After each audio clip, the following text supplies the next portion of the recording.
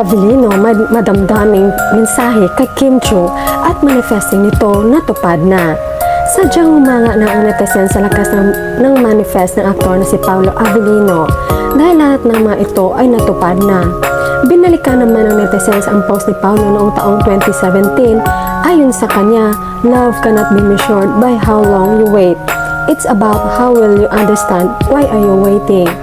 Second post naman ng aktor at same year ay may mensahe sa actress, never give up because great things take time. Nandito naman ako sa iyo para sa iyo, Kim.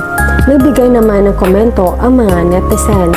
Tiwala lang darating at ibibigay ni Lord sa tamang panahon. I really admire you, Pao. You don't give up. And this is what you call destiny. Tiwala lang lagi kay Lord. If it is your time, it will make happen.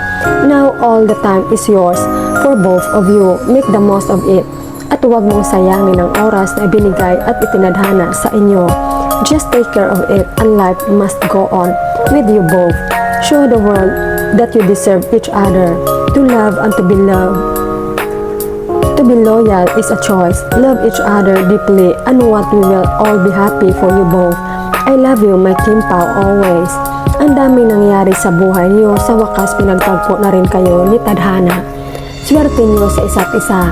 Kaya nga naka-amazed kwento ng relasyon nila. Great faith, great love. Iba magmanifest ang isang Paolo Avelino. Malakas siya kay Lord at last natupad na ang kahilingan niya na maging sila ni Kemi. Proud ako sa iyo, Pao, sa paghintay ng kahit tagal ng panahon para sa iyong pangarap sa isang girl na si Kemi na iyong true love noon hanggang ngayon. Thanks sa linlang na serye kaya may Kim Pao tayo ngayon. Good luck and God bless, more blessings to come. Panatag na ako sa katayuan ngayon ng Kim Pao. Salamat sa linlang sa What's Wrong with Secretary Kim kay Sir Deo. Kung saan ka man ngayon, I know you're very happy to see Kim and Paolo rise because of you. RIP Sir Deo. Solid Kim Pao, manifesting Pao to win the heart of Kemi.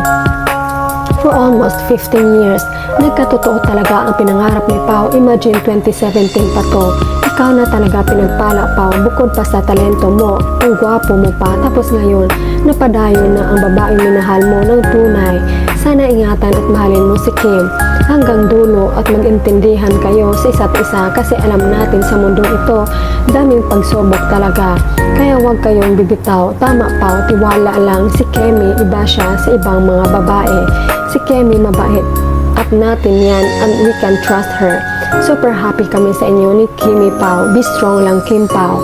What can I say more? Nasabi na nila lahat. Tama nga yung song ni Kemi. Ikaw ang answer sa song ni Mr. Right. Dumating na ang tinadhana, tao para sa inyong dalawa. Kayo na nga iyon, Kim Pao. Salamat sa spreading ng pag-ibig na pinaramdam at pinadama nyo sa aming mga fans nyo. We feel it. Sarap ng feelings namin na kayo talaga both ang destiny. Thank you so much to both of you. We love you both, Kim Pao, right Pao, keep on waiting, the right time will come on due time. Just trust the Lord, an endless and unconditional love for Kemi. Ako excited pag ma-interview na sila about sa love life bilang dalawa ang mga experience nila.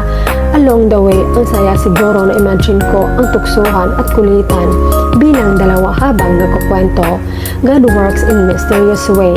Destiny talaga ang Kim Pao. Si Paolo nga siguro yung secret admirer ni Kim na nagbigay ng promise ring at may isang bagay din but I forgot kasi matagal na yun sa FB ko nabasa. Hindi alam ni Kim kung saan galing, pinagtagpo at itinadhana talaga Kim Pao. Mahal din ni Kemi si Paolo, mabait naman si Paolo, pareha sila ni Kemi. At isa pa, madasalin si Kemi kaya mabait talaga, malapit siya kay Lord. Si Kemi may devotion palagi siya na grocery at kung si Pao hindi, I'm sure yung mama ni Pao ang prayerful. Of course, as a mother, palagi na yan nasa priority mo yung mga anak mo at praying mo makita sila ng right and ideal partner in life.